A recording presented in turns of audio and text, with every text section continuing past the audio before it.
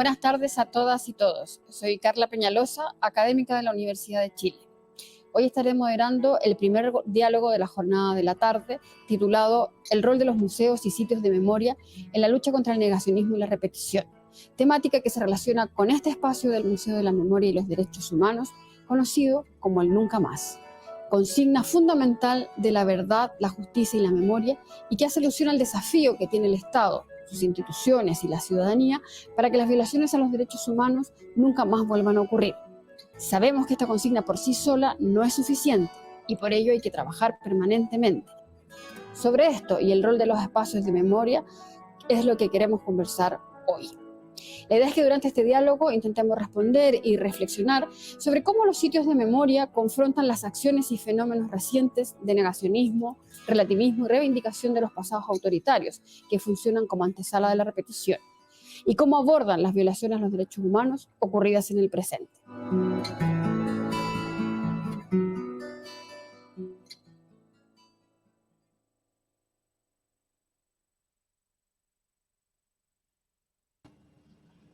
Bueno, buenas tardes a todas y a todos. Bienvenidos a este diálogo 3 de este seminario del primer Encuentro Internacional de Museos de Memoria y Derechos Humanos.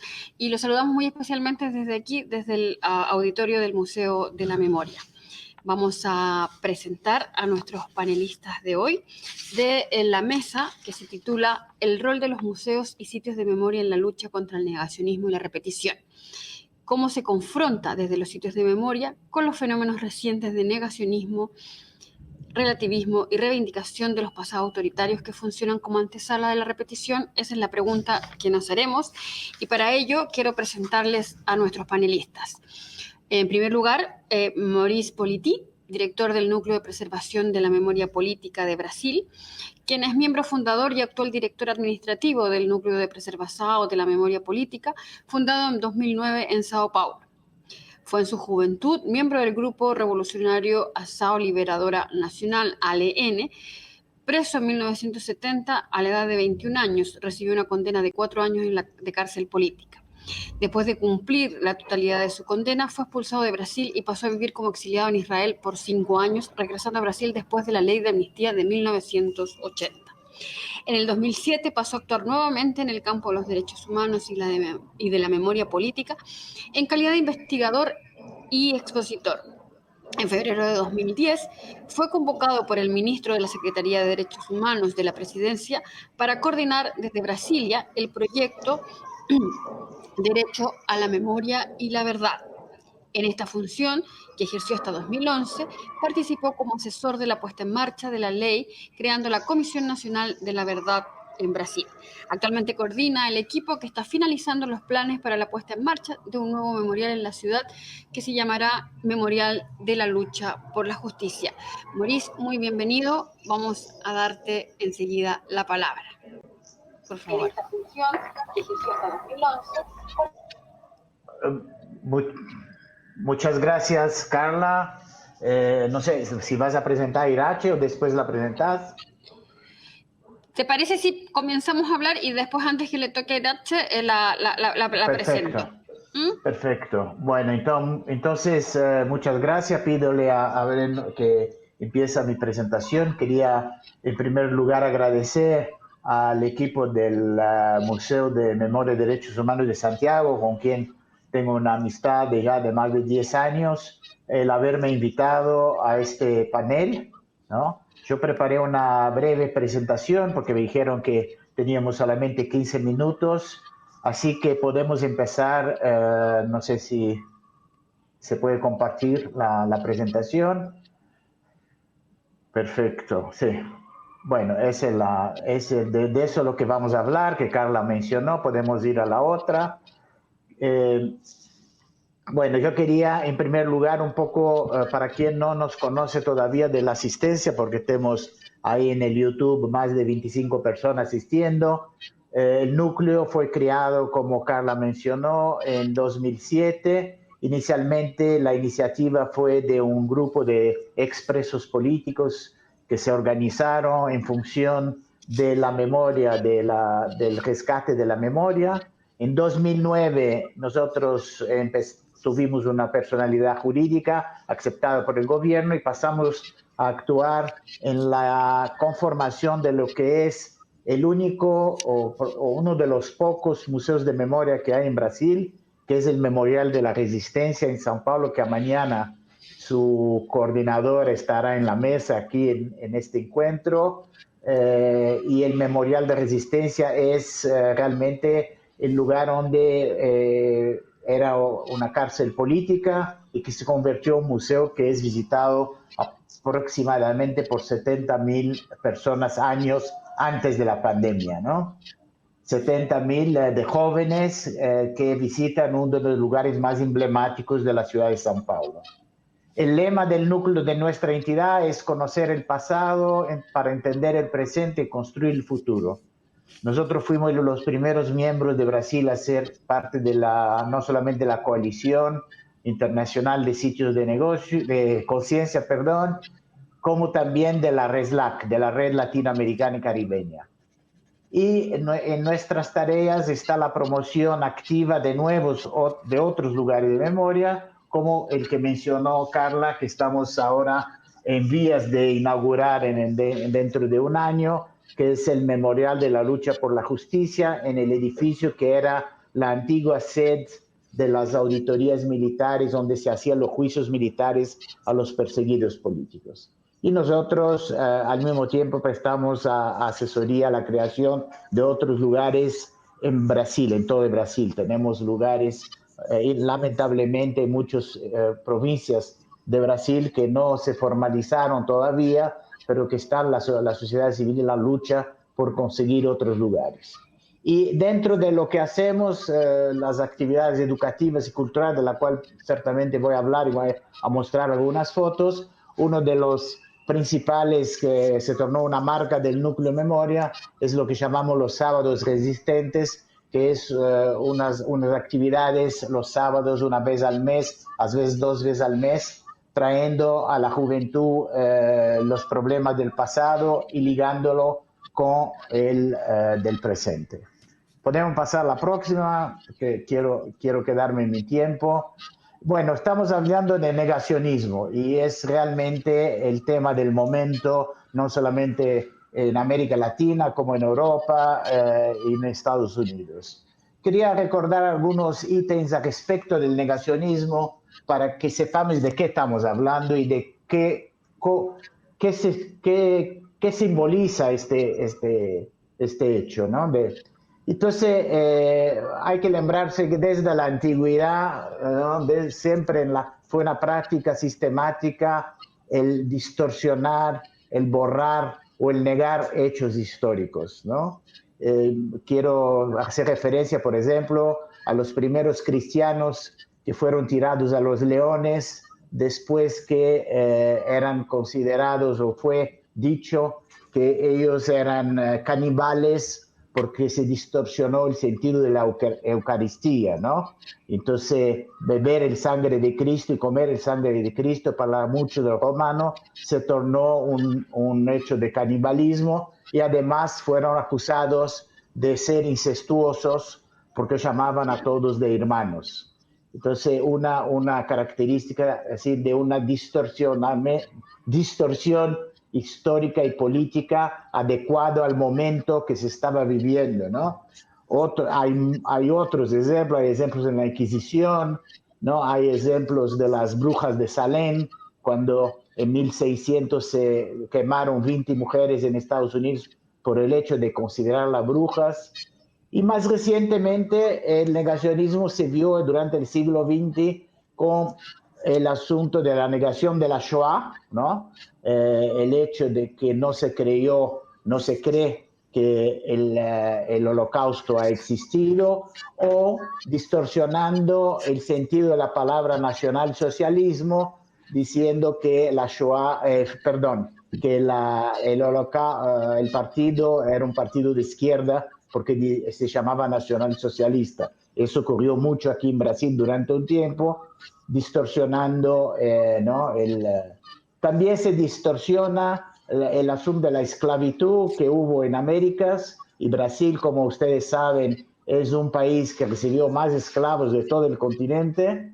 se calcula que 7 millones de esclavos vinieron de África, y hoy en día se escuchan muchas voces que dicen que realmente no fueron ni los españoles ni los portugueses que trajeron esclavos de América Latina, y sí fueron los propios negros ricos africanos que vendieron sus hermanos para hacer dinero, y hasta traen supuestas pruebas de que ningún barco portugués aportó en África.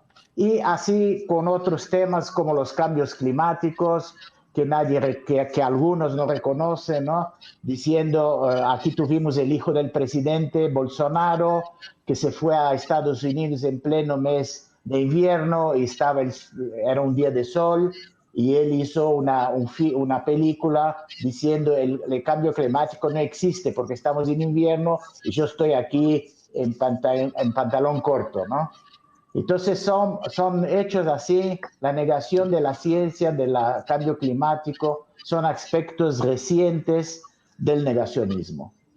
Quería recordar también una cosa que nos hemos olvidado un poco, que en 2016, esto quiere decir hace 5 años, la palabra del año, ustedes saben que el New York Times define todos los años la palabra del año, y la palabra del año en 2016, principalmente por lo que estaba pasando en Estados Unidos y en Europa, la palabra del año fue la posverdad, ¿no? Y la posverdad es una situación en la cual se crea un concepto y se intenta que la opinión pública adhiera a ese concepto mucho más basado en la emoción y las creencias personales de que en el hecho real, ¿no? La verdad de los hechos, como está escrito ahí, poco importan. Lo que importa es satisfacer sus convicciones ideológicas. Así que el negacionismo desde la antigüedad y hasta ahora es un fenómeno presente en la historia. Podemos pasar para la próxima. En América Latina, y ahí vamos a hablar de casi todos nuestros países, a partir de los años recientes, ¿no? Yo digo en Brasil a partir del año 2013, en Chile seguramente también un poco antes que eso, hay un escepticismo generalizado en relación a las clases políticas, en relación a las instituciones, y eso lo que causa es la creación, justamente, como vimos anteriormente, de conceptos equivocados para combatir lo que es la verdadera historia y la ciudadanía. La negación de conquistas científicas, como por ejemplo vimos ahora con la cuestión de las vacunas, mucha gente que no acepta ser vacunado. En América Latina nosotros hemos considerado, y los estudios que se hacen son iguales a las dudas, entre comillas, que hay en relación a los periodos dictatoriales recientes. Entonces hemos visto en Argentina las dudas respecto si son 30.000, si son 10.000, si son 15.000 muertos. Aquí en Brasil, si realmente la dictadura fue una dictadura o, como dijo un periódico, fue una dicta blanda, ¿no? Porque en Brasil hubo menos muertos que en otros países, como si la fortaleza de la dictadura se debiera por la cantidad de cuerpos que produce. Y una narrativa en los últimos años, como dije en Brasil a partir de 2013, cuando se va a las calles en un intento que acaba siendo aceptado por la sociedad, de un golpe de Estado cuando se derrumba la presidenta electa Dilma Rousseff por un golpe parlamentar, ¿no? Y la narrativa distorsiona todas las graves violaciones de derechos humanos y naturalmente su objetivo es frenar el avance de la democracia. ¿Podemos pasar al próximo? El negacionismo en América Latina no es, como muchos tratan de atribuirlo, a una ignorancia. Ellos no saben, pobrecitos, ¿no? No está en la base de la narrativa negacionista la ignorancia. no sé si da para ver la imagen que se ve al lado, tal vez esté muy chiquito, pero son los términos, ¿no?, que se usa: la tierra es plana, el aquecimiento global no existe, en fin. Y abajo una manifestación en Brasil con una bandera en inglés para atraer la opinión de la pública internacional, pidiéndose a las Fuerzas Armadas que se alíen para salvar Brasil del comunismo en pleno 2018, 19 y 20, como si el comunismo fuera realmente una amenaza en el país. Y la base del negacionismo está justamente en la polarización política, en el yo contra los otros, ¿no? Y mi idea contra la idea de otros, siempre basado, como vimos antes, en convicciones personales y no en hechos históricos. Y su alimento principal, sabemos cuáles son las fake news que hoy en día existen en todo el mundo. Podemos pasar adelante. Quería hacer referencia a 3 libros que pienso yo que son esenciales para quien quiere entender ese fenómeno del negacionismo mundial. Son libros que están en el mundo todo, son bestseller, como se dice, ¿no? Son libros, el primero es de Anne Applebaum, ¿no?, que es en español se llamó el ocaso de la democracia, en inglés es Twilights of Democracy. El otro de Levinsky, que es Cómo mueren las democracias, un libro fundamental. Y un otro que es menos conocido, pero no menos importante, sobre la cuestión de los fake news, es el libro del ingeniero italiano Giovanni Empoli, llamado Los ingenieros del caos. Esas son referencias esenciales si se quiere entender realmente cómo el mismo éxito de las democracias lleva muchas veces a los regímenes autoritarios. Es un tema muy largo, no es el asunto de esta charla, y pienso que ese es un hecho que discutimos mucho, principalmente con los jóvenes, como de un mismo régimen democrático como el que había en América Latina, en algunos países, es el origen de los regímenes autoritarios y negacionistas. Entonces son 3 libros importantes que yo pensé traerles a referencia porque ellos son esenciales para entender este fenómeno. La próxima. Bueno, entramos directamente a nuestro punto y ahí hay algunas fotos. Todas mis slides son con fotos para que vean cómo se hace en Brasil, cómo estamos haciendo. Entonces, el papel, nosotros no hay mucho secreto en eso. En el papel de los sitios de memoria es justamente promover el combate al negacionismo a través de programas educacionales participativos. No se trata de dar una charla y de dar una clase, pero sí tener la gente, principalmente las generaciones más jóvenes, que tuvieron la suerte, en el caso de Brasil, de nacer en un periodo ya democrático y no en el periodo que nosotros vivimos de las dictaduras. Entonces traerla a entendimiento lo que fue la dictadura, lo que significa vivir en una dictadura y cómo eso se asemeja a los regímenes y más que los regímenes, a los principios autoritarios que se van pregando a través de las ideas del negacionismo, de que la dictadura fue buena, de que la dictadura no había violencia o cosas así. Y lo que hemos visto es que lo que agarra entre comillas, entre la juventud es justamente rebatir opiniones con hechos. Entonces yo cuando hablo con los jóvenes, no expongo mi opinión y les digo, mira, vos tenés la opinión que tú quieres, yo tengo la opinión que... Ahora el hecho es este, hubo una dictadura, esta es la celda, en el caso de la memoria, esta primera foto es una celda del Memorial de Resistencia, que fue un centro de detención clandestino. El otra es justamente una foto de un grupo grande enfrente a un organismo de detención clandestina que hubo en San Paulo, que se llamó la Operación Bandeirantes, donde nosotros quedamos presos clandestinamente durante un tiempo. Y la foto de arriba es, sí, de una clase dada por nosotros en un curso que tenemos anualmente que se llama Lugares de Memoria y Derechos Humanos. Así que, bueno, esos son algunos de los programas que se hace para combatir el negacionismo. Podemos pasar a la otra.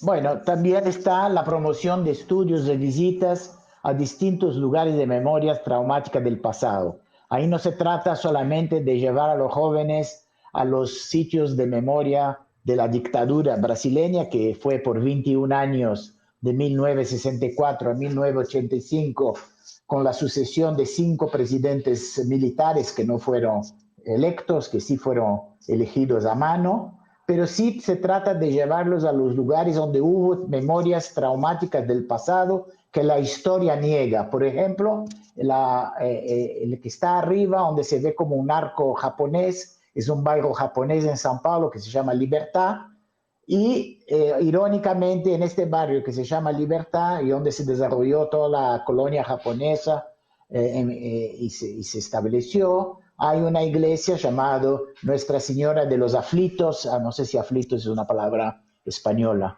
no sé cómo es la traducción, en fin, los que sufren, que eran del tiempo de la esclavitud, los esclavos iban a esta iglesia. Al lado hay como un arco, no sé si se puede ver bien, es la Casa del Pueblo, que se llama acá la Casa do Povo, otro miembro de la red latinoamericana de lugares de memoria, y es un lugar de memoria de los judíos en São Paulo, los judíos que escaparon de Rusia en el principio de los años del siglo XX para escapar de los pogroms y después de la Segunda Guerra Mundial, y esta casa funcionó un poco como un lugar donde se reunían todos los progresistas judíos, los de la izquierda judía, y durante la dictadura ella fue puesta abajo y ahora se está reerguiendo con financiamiento de empresas y de privados, ¿no? Y abajo está también el que va a ser el que estamos nosotros del núcleo trabajando, el futuro Memorial de la Lucha por la Justicia, que es, como yo mencioné, el edificio donde se juzgaban los presos políticos. Entonces, estimular la visita a esos lugares también estimula la valoración de los principios y valores democráticos, los principios de empatía, de tolerancia y de respeto. Entonces, cuando hablamos de combatir al negacionismo, hablamos también de conocer los lugares para rebatir con hechos a las opiniones negacionistas. Podemos pasar a la próxima. También se trata, ahí ustedes ven, son 2 imágenes muy fuertes de la nueva derecha de Brasil, la bolsonarista, que son adeptos del presidente actual, y donde salen en una foto, está una tentativa que hicieron de entrar a fuerza en la Suprema Corte en Brasilia. Una noche, en el medio de la noche, ellos formaron un pelotón al estilo nazista de los SS, y se denominando los 300, basado también en la película. No sé si todos los que nos asisten vieron la película Los 300, una película un poco más antigua que hablaba de los 300 que combatieron el Imperio Romano. Ellos se denominaron 300 y con tochas eléctricas y con no solamente lema, pero también con fuego, se acercaron a la Suprema Corte tentando tomarla de asalto, ¿no? Y al mismo tiempo una distorsión del principio de la libertad de expresión, porque muchos de ellos dicen, yo tengo mi opinión y vos tenés que respetar mi opinión, estamos en un país democrático y cada uno tiene derecho de expresar su opinión, pero nosotros pensamos, y claro, yo estoy seguro que todos los que asisten acá a esta presentación saben que la libertad de expresión no es igual a libertad de agresión, ¿no? Entonces, este muchacho con el símbolo nazi, que en muchos países, y Alemania en primero, es totalmente, lleva a alguien a la cárcel si va desfilando con la suástica. Acá en Brasil se pasean con la suástica en las manifestaciones, alegando justamente la libertad de expresión. Adelante. Sí, ya voy yendo para el final. Entonces, aquí, ¿cuáles serían entonces las tareas de los sitios de memoria más a nivel general y no tanto enfocado en la educación de la nueva generación? Es, como está escrito ahí, luchar por políticas públicas y leyes que combaten el revisionismo y negacionismo. Bueno, yo sé que en Chile se trató, yo no sé si tuvo éxito, se trató de el Parlamento tener una ley antinegacionista. Yo sé que en Argentina también, acá en Brasil, lamentablemente no estamos en época de luchar por esa política pública, tenemos que esperar que cambie el gobierno para luchar contra eso, pero esa es una consigna de las entidades de derechos humanos y de los sitios de memoria, y estimulando siempre las políticas de acciones afirmativas de derechos humanos. También una cosa que eso es más de la situación brasilera, nosotros en este gobierno que ya va por sus 2 años, ellos tienen un proyecto de ley que se denominan Escuela Sin Partido. En muchas provincias ya pasó esa ley, es una ley provincial, el gobierno federal pone la ley, después las provincias, como se llaman aquí los estados, pueden aplicarla o no, y es una escuela que tiene como objetivo interrupción de desarrollo de una generación crítica y cuestionadora, y colocando el alumno en confronto con su profesor, ¿no? Entonces hemos visto, esos son tendencias muy peligrosas, ¿no? De combatir lo que nosotros queremos hacer con la nueva generación, que es darles lecciones de ciudadanía y de respeto y de tolerancia, combatirle ellos lo combaten con esta política. Lamentablemente son ellos el gobierno y ellos pueden emitir leyes, y una de las leyes más importantes que estamos luchando contra es justamente esta de la escuela sin partido, como que se llama, ¿no? Así que creo que es esto todo lo que yo quería abordar en mi presentación. Me he quedado, pienso yo, en los 15 minutos. Muchas gracias. Entonces, creo que es mi última, Breno, ¿no? Muchísimas gracias, Maurice. Lamento comunicarte que te pasaste de los 15 minutos, pero ya está. No te quedaste en los 15 minutos, sino que casi 25, pero bueno. Perdón. Lamentablemente, la panelista siguiente, que es Ruth Llanos, no vino, pero afortunadamente también para nosotros eso nos permite tener un poquito más de tiempo. Así que agradecemos tu presentación y por supuesto que también podremos conversar y discutir sobre esto al final del panel cuando vengan también las preguntas del público. Siempre es muy interesante intercambiar ideas. Bueno, paso a presentar entonces ahora a nuestra próxima invitada, Iratxe Mumoitio. Espero, no me salió muy fluido, pero creo que me salió bien. Ella es directora del Museo de la Paz de Guernica de Euskadi. Desde su creación en el año 1998. Estudió Filosofía y Letras en la Universidad de Deusto de Bilbao, España, y comenzó su trabajo en temas de memoria y historia realizando una investigación muy profunda para recopilar toda la información histórica que existe sobre el bombardeo de Guernica y la Guerra Civil Española, y que se encuentra hoy por hoy en los archivos vascos, nacionales y extranjeros. Ha publicado numerosos artículos sobre la memoria, el bombardeo de Guernica y la Guerra Civil, y también sobre la importancia del arte y la paz y el Museo de la Paz de Guernica en diferentes libros y revistas, no solo en España, sino también en el extranjero. Es miembro de ICEMEMO, ICOM, de la INMP, que es la Red Internacional de Museos para la Paz, de la Asociación Española para Investigación sobre la Paz, de la Coalición Internacional de Sitios de Conciencia, la Foro de Asociación sobre Educación para la Paz y los Derechos Humanos, entre otras múltiples organizaciones. Yache, muy bienvenida, queremos agradecer tu presencia acá y estamos atentos y prestos a escuchar tu intervención. Muchas gracias. Muy bien, muchas gracias, Carla. Bueno, primero agradecer enormemente al Museo de la Memoria y Derechos Humanos de Chile, a su director y a todo su equipo y a tantos colegas latinoamericanos y españoles que van a participar durante estos días, ¿no? Pues la invitación. La verdad que, bueno, las nuevas tecnologías nos dan la oportunidad de poder hacer esto, ¿no? Aunque, bueno, siempre nos gusta achucharnos, abrazarnos y tener otros momentitos que los dejaremos para otro año, ¿no? Ya que este año no pueden ser. Y bueno, voy a hablaros yo también sobre negacionismo, pero también, como ha hecho Maurice, ¿no? Aplicado un poco a cómo lo trabajamos nosotros desde el museo.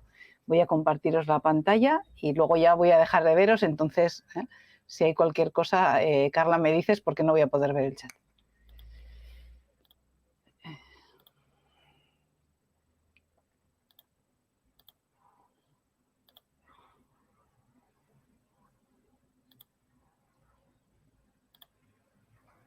Muy bien. Bueno, creo que ya lo veréis. Un poco, bueno, por empezar, ¿no? Por poner un poco en contexto dónde está el Museo de la Paz de Guernica. El Museo de la Paz de Guernica se encuentra en Euskadi, en el País Vasco, ¿no? En el norte de España, y Guernica fue completamente bombardeada el 26 de abril de 1937. Y ahí he puesto como título, ¿no? El bombardeo de Guernica, ejemplo del negacionismo desde el primer momento. Es decir, Guernica se utilizó para negar lo que había ocurrido y durante más de 40 años se dijo hasta la saciedad, se intentó demostrar por muchas maneras y se acalló a todos los supervivientes que decían que había sido un bombardeo para decir que había sido un incendio de los rojos separatistas vascos. Es decir, el negacionismo en nuestro caso comienza desde el mismo momento del hecho del bombardeo, ¿no? Un poco por entrar en contexto de dónde estamos, qué trabajamos y qué temas. Como he comentado, ¿no? El bombardeo de Guernica se focaliza, se localiza durante la Guerra Civil Española, 1936-1939, y es el 26 de abril de 1937, dentro de la campaña del norte, cuando se arrasa, tras el bombardeo de Durango, que está cerca de Guernica, todo Guernica. Y desde el primer momento, como decía, la versión es que no ha sido un bombardeo, ha sido un incendio. Como podéis ver aquí en las fotos, ¿no? Un bombardeo que arrasa el 85% de la ciudad, casi todos los edificios quedan completamente arrasados, excepto el árbol de Guernica y las fábricas de armas que luego utilizarían. Un bombardeo de terror y un bombardeo táctico de lo que luego se iba a probar y utilizar a partir de la Segunda Guerra Mundial y en tantos otros sitios, ¿no? Por desgracia, fotos como esta hoy en día son muy habituales cada vez que encendemos el televisor, pero Guernica fue una de las primeras poblaciones abiertas en ser bombardeada y también en mentir sobre lo que había pasado. Bueno, el tema, por ejemplo, aquí quería tratar un poco el tema de las víctimas, ¿no? El tema de las víctimas mortales ha sido un elemento de muchísima controversia y ha sido un elemento que todavía hoy sigue sacando titulares, ¿no? Es decir, los sublevados franquistas y en la transición esos mismos que tenían el poder, por supuesto dijeron que había sido un incendio, pero al hablar de las víctimas minimizaron a tope el número de víctimas, ¿no? Y es las últimas investigaciones que se están haciendo en los últimos años, el gran trabajo hecho por Xavier Irujo y muchos otros investigadores, ¿no? Que hablan de unas 1.650 víctimas, más cercano a lo que en su momento el gobierno vasco cifró. La importancia del trabajo contra el negacionismo, ¿no? Pero también a favor, ahí es un poco cómo lo utilicemos, también radica muchísimo en los medios de comunicación.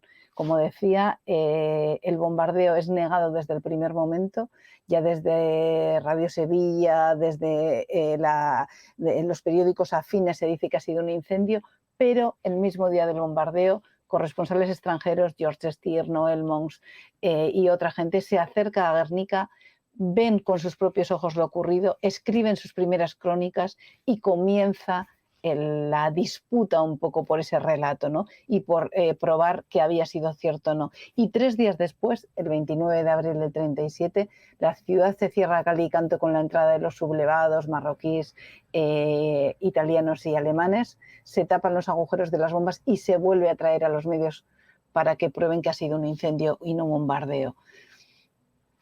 Aquí tenemos, os quería mostrar algunas imágenes de Guernica en ruinas. ¿Por qué? Porque cuando hablamos de negacionismo, de pruebas, etcétera, ya desde el mismo momento del bombardeo, el régimen, los sublevados, utilizan Guernica como un elemento de propaganda para decir hasta lo que pueden llegar a hacer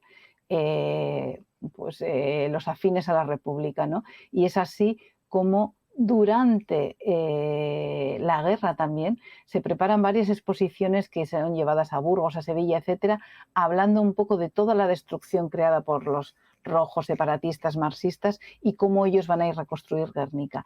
Y también en esas ruinas que veis ahora, a lo largo de los años, durante la misma guerra y a posteriori, se traían a turistas de guerra, un poco lo que hoy conocemos como el dark tourism, ya se aplicaba en ese momento, ¿no? Para mostrar todavía más cómo había sido un incendio. Aquí tenemos otra parte del negacionismo y que hay que tener en cuenta es Franco es nombrado hijo adoptivo de Guernica para que su reconstrucción pudiera empezar, una reconstrucción realizada por los prisioneros republicanos en la que ellos ni los supervivientes del bombardeo podían decir abiertamente que había sido un bombardeo. Muchas maneras de llegar a la gente y el arte es una maravillosa manera. Guernica y el Guernica de Picasso es un grito, ¿no?, contra las guerras y un grito de denunciar lo ocurrido, ¿no?, como nos pasa hoy en día con otras guerras que vivimos.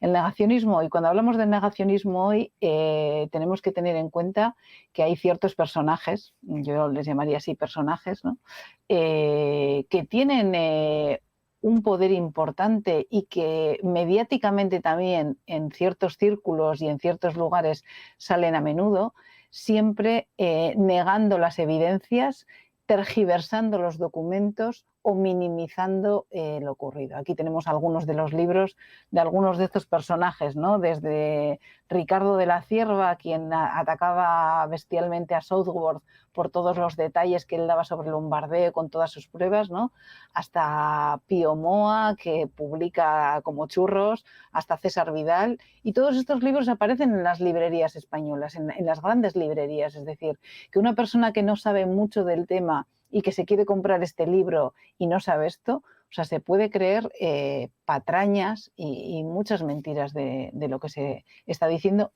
hasta hoy en día. Otro tema que yo creo que es, bueno, no diría preocupante así en general, pero sí a considerar y sí a tener en cuenta es el tema del negacionismo en las redes sociales, ¿no? Parece que todo está permitido, ¿no? Bajo ese manto de libertad de expresión todo está permitido, ¿no? Y en Twitter, en Facebook, en Wikipedia, ¿no?, qué se utiliza, qué se dice, qué datos se dan, ¿no? Y tener en cuenta también que muchas veces igual las personas que tenemos más edad somos más dadas a consultar otro tipo de materiales que no son las redes sociales y que no es solamente Internet. Pero nuestros jóvenes muchas veces solamente consultan Wikipedia, solamente consultan las redes sociales y ni siquiera testean o miran otras fuentes o miran otros sitios donde se cuenta y les cree un poco la duda. Y eso es un poco lo que tenemos que hacer, ¿no? Es decir, vale, en las redes sociales salen muchas cosas, pero no todas son verdad. Hay que saber distinguir, hay que saber ser críticos, hay que saber discernir entre lo que sí es verdad y no es verdad, ¿no?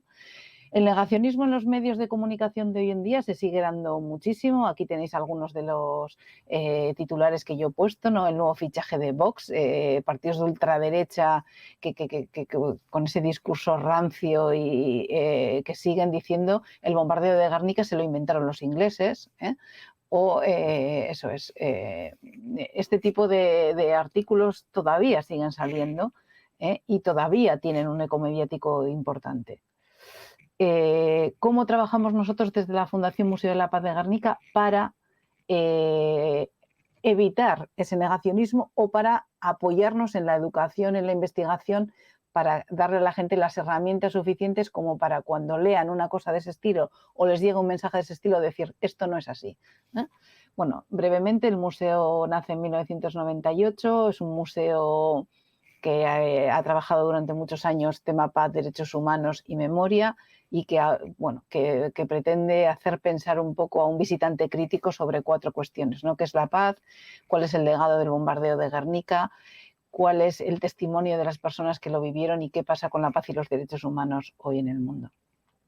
Creo que los museos tienen un rol muy importante contra el negacionismo y esa manera de trabajar contra el negacionismo es a través de las cosas que ellos hacen, ¿no? Por ejemplo, yo aquí he puesto, ¿no? Los documentos reales son una prueba de la verdad y de las mentiras que otros están diciendo. Los testimonios de lo ocurrido, los archivos, los centros de documentación, con un acceso público, con un acceso en el que compartan sus documentos, sus libros, sus publicaciones, hacen que mucha gente que pueda tener dudas, mucha gente que haya podido leer algo, diga no. Aquí tenemos varios documentos alemanes e italianos en los que prueban el bombardeo de Guernica. Otro tema importante también, por supuesto vital en cualquier museo, yo creo, es el departamento educativo y sus actividades, ¿no? Cómo ayudamos a esas nuevas generaciones a tener ese sentido crítico, a entender un poco lo que pasó y a hacer ellos también ese relato con lo que nosotros les damos, ¿no? Teniendo en cuenta que, bueno, por lo que yo conozco de otros colegas, ¿no?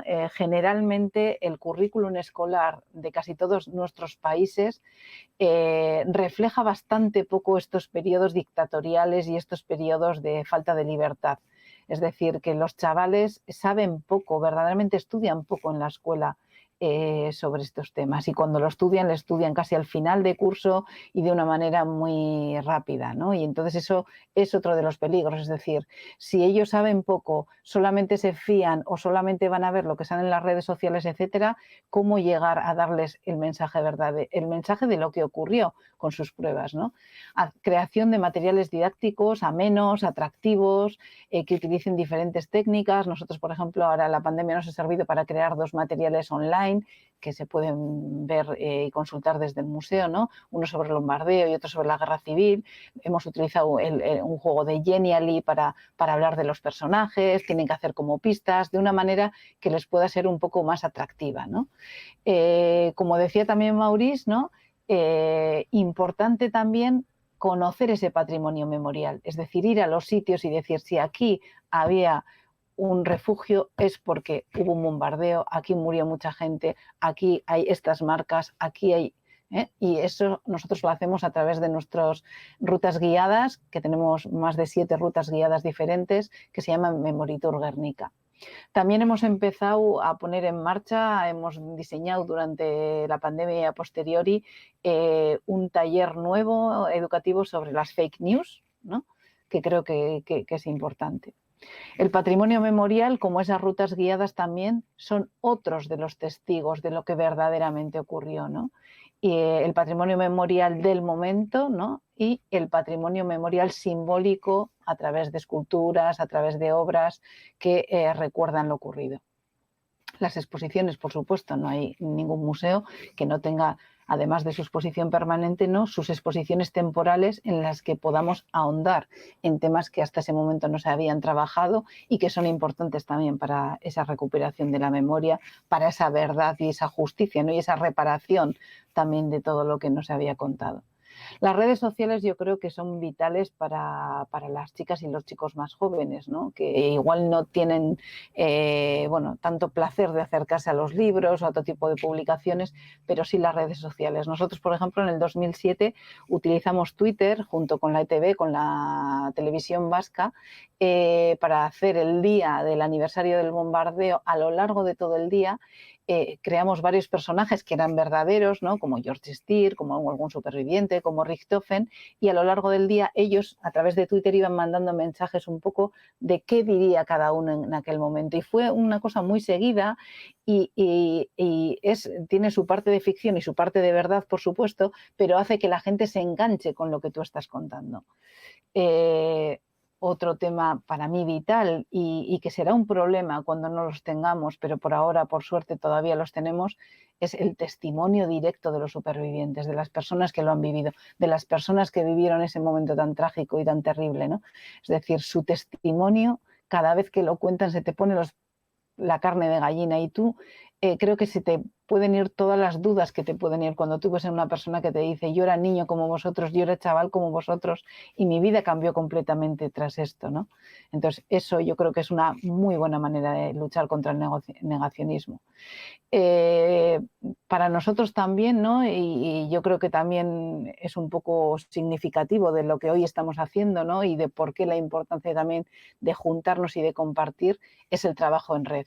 Los proyectos europeos, en nuestro caso en Europa, ¿no? Los proyectos internacionales, los viajes de estudio a conocer otras realidades, a conocer otros países y las redes. Las redes son vitales, ¿no? Yo creo que muchos de los que estamos aquí hemos compartido, nos hemos conocido, hemos sabido mucho de nosotros a través de redes como Sites of Conscience, ICMemo, el Eurom, etcétera, ¿no? Y eso yo creo que es vital también para también coger ideas de qué pasa en otros sitios, cómo trabajamos, etcétera, ¿no? También para nosotros es importante hacer cosas dentro del museo, pero fuera del museo, porque también entendemos que no todo el mundo está dispuesto, le gustan los museos o se va a acercar a los museos, ¿no? Entonces, ¿cómo combatimos también esa desinformación, ese negacionismo, ¿no? A través de actividades en la calle, pues por ejemplo, a través de recreaciones como esta que hicimos recreando el previo del bombardeo de Guernica, ¿no? A través de performance artísticas. Nosotros durante muchos años hemos trabajado el tema de arte y paz, arte y memoria, ¿no? Como el bombardeo de poemas sobre Guernica que lo hicimos con el colectivo Casa Grande de Chile, lo que hicimos de enterrarnos con agroarte de Colombia. Es decir, hay muchas acciones artísticas y de calle que hacen que cierta gente que igual no vendría al museo va a saber sobre esos temas, ¿no? Por supuesto, luego está lo más clásico, ¿no? Las publicaciones, quizás para la gente bueno, que tenga un interés más específico, que quiera saber más sobre el tema, ¿no? Y que ahí queda un poco, ¿no? Ahí queda para el futuro lo que hemos ido investigando, lo que hemos ido trabajando en diferentes exposiciones, etcétera. Y bueno, yo creo que eso era un poco lo que quería contar. No sé si he ido rapidísimo por no pasarme o cómo he ido. Dejo de compartir. Perfecto, Irachen, en el tiempo. Muy bien, se agradece. Bueno, se me ocurren muchas cosas, entre otras cosas que paradójicamente es precisamente la tragedia y el horror de Guernica la que nos hace recordar de manera permanente también toda la tragedia de la Guerra Civil Española, digamos. O sea, a veces precisamente esas evidencias tan brutales son las que permiten luchar contra el negacionismo. Quisiera comentar, junto con agradecer a los panelistas, que lamentablemente Ruth tuvo un problema bastante doméstico, y es que se traspapeló con el tema de los usos horarios, por lo tanto se atrasó, pero le aviso a todos aquellos que estén interesados en escucharlo que va a participar de la mesa que sigue. Así que ahora tenemos un ratito también para poder discutir y conversar sobre estas ponencias, y que podemos aprovechar también el tiempo en eso. Como decía hace un rato, lamentablemente no lo vamos a poder escuchar, pero por otra parte vamos a tener un tiempito para poder conversar, porque sin duda que son dos ponencias muy interesantes y que hacen disparar muchas preguntas.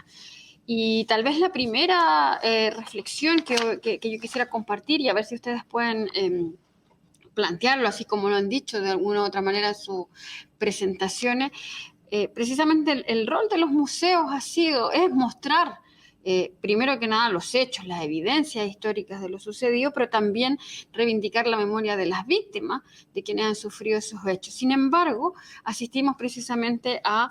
esa es otra pregunta que va a hacer también. No sé si es un tiempo especial particularmente negacionista, o a través de la historia también siempre han estado presentes grupos que han pretendido negar los hechos. Pero tal vez la pregunta más concreta es, sabiendo un poco la respuesta de este mano, lo que hace el museo, lo que hacen los museos nunca es suficiente si no lo hace de alguna manera la sociedad toda, ¿no? ¿Cómo puede actuar la sociedad en su conjunto? ¿Cómo puede actuar el Estado? ¿Cómo pueden actuar el sistema educacional, los medios de comunicación, para ir en conjunto apoyando la tarea de estos museos? Porque pareciera que evidentemente no es suficiente, porque bueno, tampoco los museos pueden hacer milagros, hacen su tarea, pero de todas maneras es una tarea acotada. Dicho esto, y antes de la palabra, justamente pensaba que no es casual, me parece a mí, que precisamente en países como Brasil, como nos contaba muy bien Maurice, a propósito de la escuela sin partido, en otro tiempo también en España cada tanto se discute si hay que enseñar educación ciudadana, se me olvidó cómo le dicen, pero educación para la ciudadanía, formación ciudadana. Acá también ha estado puesto en discusión si se enseña o no, y también ha estado en discusión incluso la enseñanza de la asignatura de la historia, si tiene más años, menos años, qué sé yo. Entonces, tal vez, ¿no será que también ahí hay un problema y que los jóvenes no es que no consulten más o no quieran saber más, sino que tampoco les hemos entregado las herramientas para saber con más solidez sobre su pasado? Voy a partir al revés para cambiar el orden. Irache, si quieres hacer un comentario sobre esto, y después Maurice.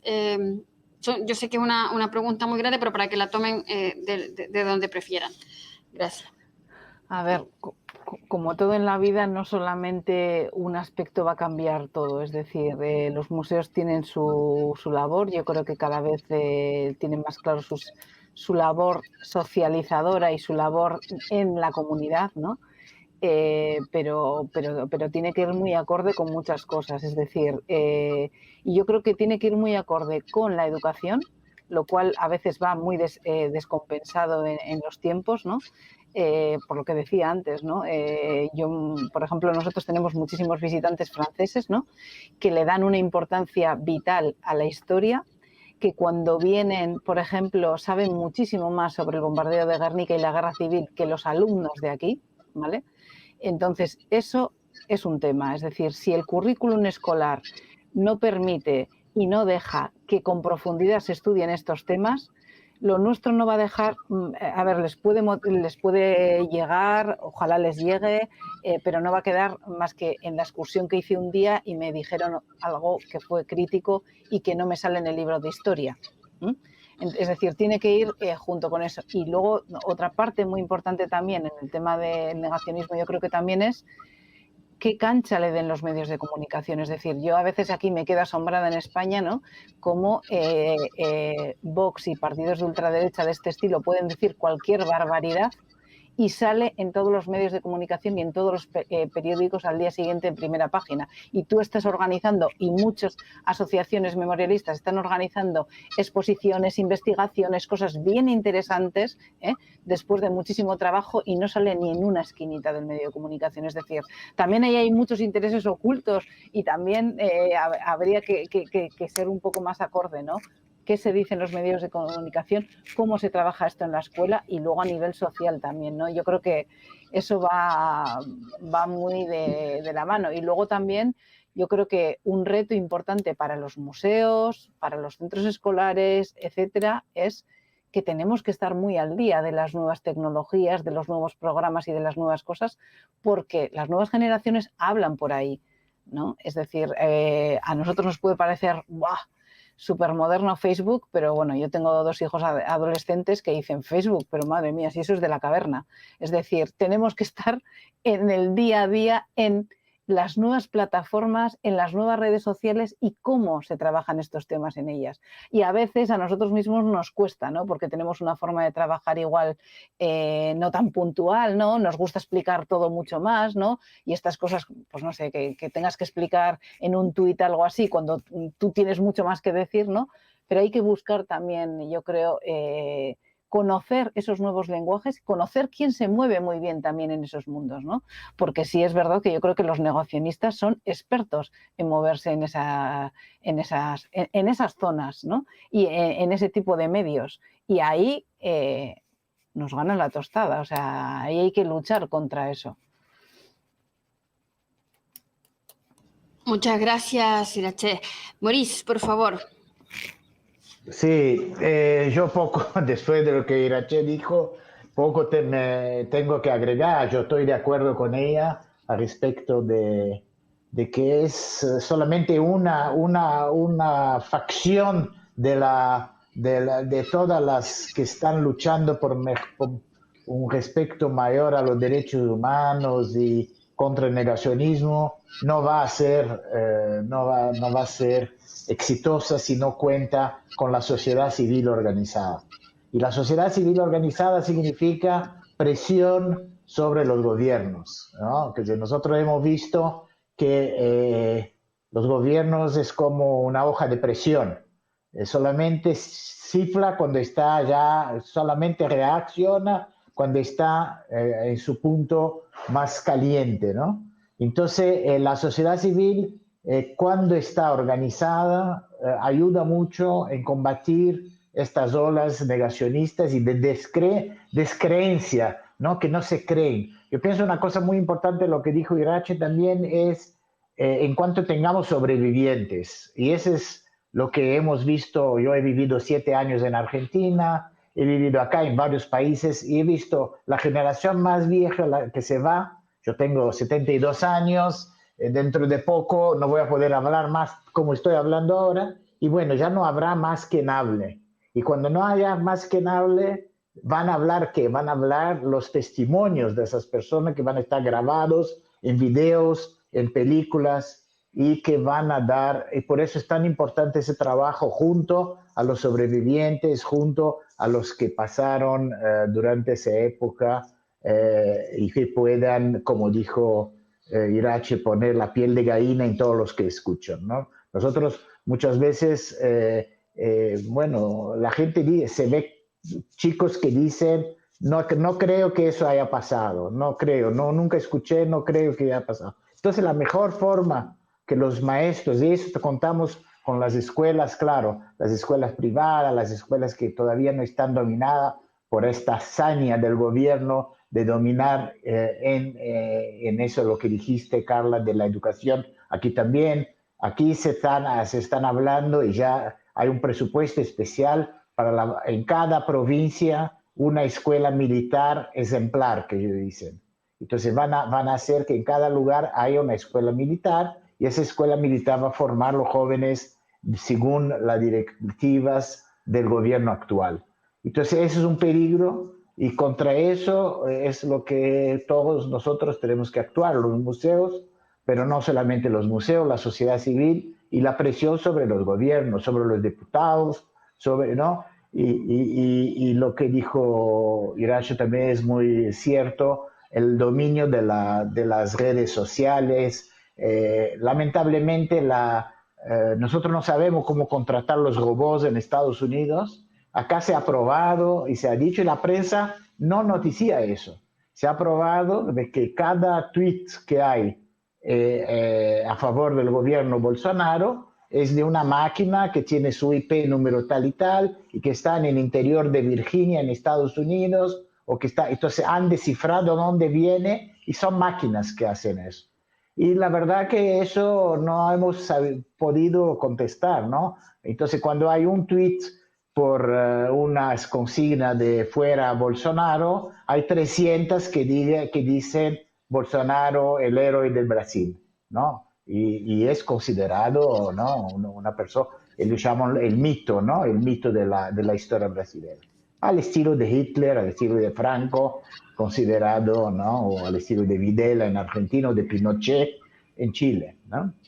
Entonces, pienso que eso, yo pienso, no tengo mucho más que hablar lo que dijo Irache, pero pienso que la sociedad civil juega un rol, y los museos involucrando a la sociedad civil tienen un rol importante.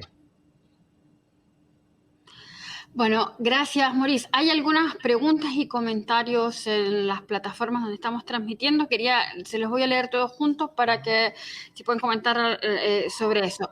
A ver, Ramón Hernández pregunta, dice, buenas tardes, Irache, ¿cómo desde el Museo Guernica abordan las situaciones contemporáneas del negacionismo y el racismo? Laura Aguila de Perú dice, exacto, en Perú también quitaron la asignatura de historia y se ha planteado muchas veces quitar el Museo de la Memoria del Perú, me imagino, LUM. Manuel Zúñiga dice, saludos cordiales a Irache. Una pregunta al panel, dice, ¿cómo trabajamos desde los museos para superar las interpretaciones o visiones militaristas presentes en la mente de las personas y en las directrices de los estados? No sé si quieren comentar algo más a propósito de lo que estábamos hablando en relación a estos comentarios, o extenderse en algún punto particular que no hayan podido abordar. Sobre esta última cuestión, yo pienso que la única forma de abordar es confrontando la realidad con estas visiones deturpadas y falsas, ¿no? Entonces es lo que yo en un momento dije, cuando nosotros nos encontramos y alguien dice, no, pero mi papá dijo que en la dictadura era mejor porque no había violencia. Nosotros decimos, sí, tu papá a lo mejor tiene razón, pero ¿por qué? Entonces hay que contextualizarlo. Entonces Brasil en 1964 era un país esencialmente rural, la mayoría de la población era del campo, había poca gente en la ciudad, había 40% en la ciudad. Hoy hay 70% de la población viviendo en ciudades de más de 200.000 habitantes. Entonces seguro que en una ciudad de más de 200.000 habitantes, con más pobreza, hay más violencia. Entonces sí es verdad que hay más violencia hoy do que antes, pero no significa que no hubo violencia.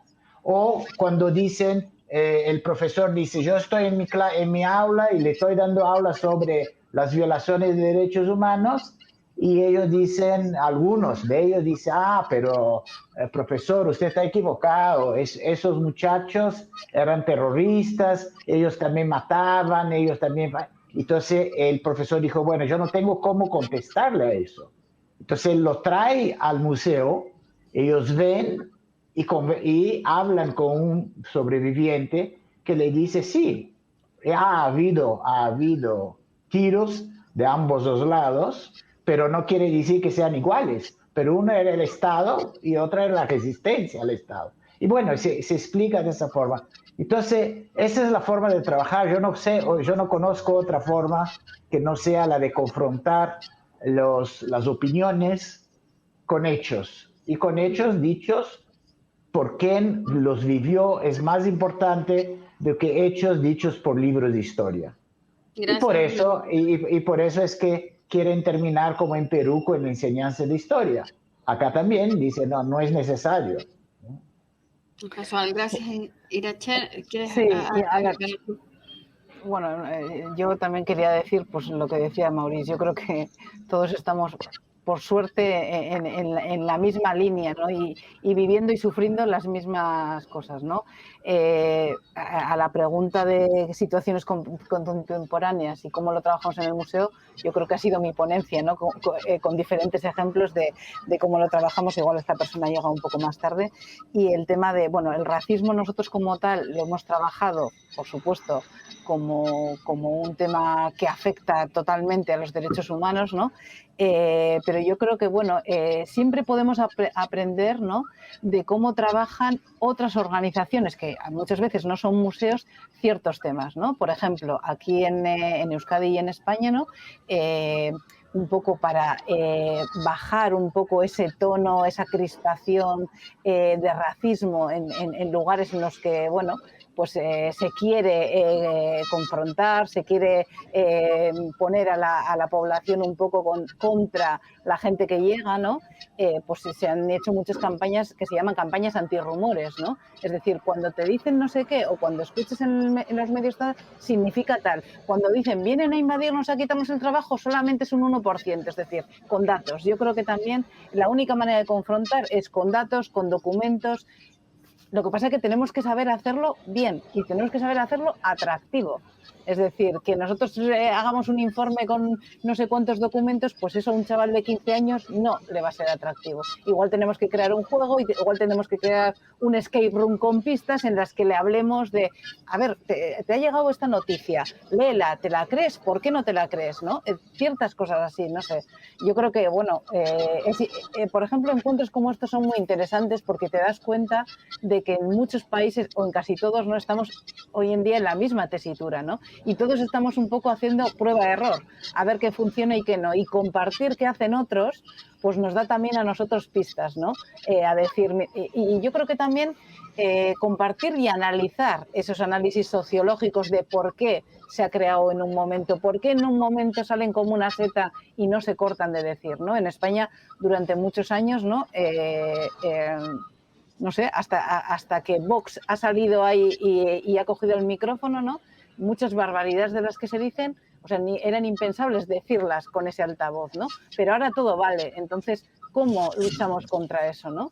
Y bueno, yo creo que también nosotros como museos y en muchos otros sitios tenemos que aprender también a hacer trabajos un poco más transversales con otros profesionales, porque igual para combatir este tema de lo que decimos, fake news, otro tipo de información que sale en los medios, nosotros no tenemos capacidad, pero igual tenemos que hacer un equipo de trabajo con un sociólogo, con un antropólogo, con un informático que sabe sobre robots. No sé, muchas veces lo que nos falta también son los medios, ¿no? Porque sí es verdad que cuando los poderes, que Maurice decía también, ¿no?, quieren acallar a esa sociedad civil organizada, tienen muchas maneras, ¿no? Quito historia, quito actitud crítica, quito ciertas asignaturas que van a hacer que la gente piense, meto militarismo, meto otro tipo de cosas. Entonces, la verdad que es como luchar con un gigante, con todos los medios, ¿no? Pero sí es verdad que, bueno, también sabemos que somos muchos, ¿no? Lo bueno de esto es que ves que hay mucha gente también que piensa así y que poco a poco, ¿no? Y con las pruebas y todo se puede cambiar, ¿no? O por lo menos en eso estamos, ¿no? Los que estamos en este trabajo. Muchísimas gracias a los dos. Sin duda que es un tema muy importante que también hace que surjan muchísimas preguntas y que seguramente van a quedar sin contestar, pero sí está claro que los museos por sí solos bueno, pueden ser un tremendo aporte, pero al mismo tiempo tampoco se puede con toda una maquinaria negacionista. Me hago siempre la pregunta si es estrictamente negacionismo o también hay, por lo menos lo que uno ve desde Chile, y me imagino que también en otros lugares, también mucho de justificación o relativización de los hechos. No solo es no me lo creo, sino que en realidad en el fondo tampoco lo condeno, no me parece mal la violencia, el crimen, la violación de los derechos humanos, etcétera, etcétera. Entonces también eso nos lleva tal vez a otros debates.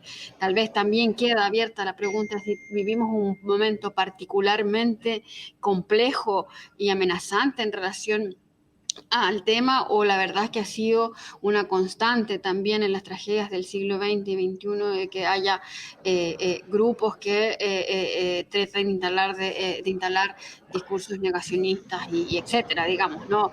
Me parece que esto y muchos otros temas pueden ir surgiendo y seguramente ni siquiera al final del seminario lo tendremos resuelto, pero tal vez en las próximas mesas también se pueda abordar también estas interesantes preguntas. Volver a agradecerles muchísimo haber estado acá, creo que fue muy provechoso, lamentamos que no haya podido estar Ruth, pero estará en la mesa siguiente, y sí, entonces ahora voy a cerrar, solo tal vez si quieren un minuto para despedir, porque precisamente tenemos que dar una pequeña ventanita para antes de que empiece a las 4:30 la próxima mesa. Así que si quieren un minuto para despedirse, y desde ya yo me despido y agradezco nuevamente Irache, Maurice, muchísimas gracias en nombre del Museo de la Memoria y en nombre de todos quienes están viendo esta transmisión. Bueno, muchas gracias. Quería agradecer también y decirle a Irache que yo visité el Museo de la Paz hace 6 años, no más, 8 años atrás, y me quedó muy, muy marcado el museo, muy marcado la sala esa que se cierra y para escucharse el bombardeo. No he visto eso en ningún otro museo. a pesar que conozco muchos de América Latina. Decir que fue un debate bien interesante. Pienso que el tema es lo que dijiste, Carla. Yo pienso que sí estamos viviendo un tiempo difícil. Esos libros que yo presenté como una forma de ayudar a entender, yo pienso que son muy importantes de su lectura porque realmente ellos tratan justamente de eso. ¿Cómo fue posible que en el año, en el principio del siglo XXI tenemos a Orbán en Hungría, a Vox en España, a Bolsonaro en Brasil, a Trump en Estados Unidos? Y entonces sí, es una temporada difícil la que estamos viviendo, pero hay que saber cómo llegamos a eso. Y pienso que no hay que leer y escuchar los que filosofan al respecto. Muchas gracias de nuevo por invitarme y estamos nosotros a la disposición del Museo de Memoria y Derechos Humanos, que también tenemos lindos recuerdos de él. Gracias, Carla, y gracias a todos. Bueno, por mi parte ha sido un placer. La verdad que cuando me plantearon el tema dije, madre mía, ¿no? Porque a veces te piensas, bueno, lo hemos trabajado, no lo hemos trabajado tanto, pero sí es verdad que está muy bien, ¿no? Para plantearte que es un tema que está muy puri-purian, que decimos nosotros en euskera, ¿no? Candente hoy en día en la sociedad, ¿no? Y que tenemos que trabajar más, es decir, que sí, que tenemos que trabajar mucho más estos temas y saber un poco cómo actuar, ¿no?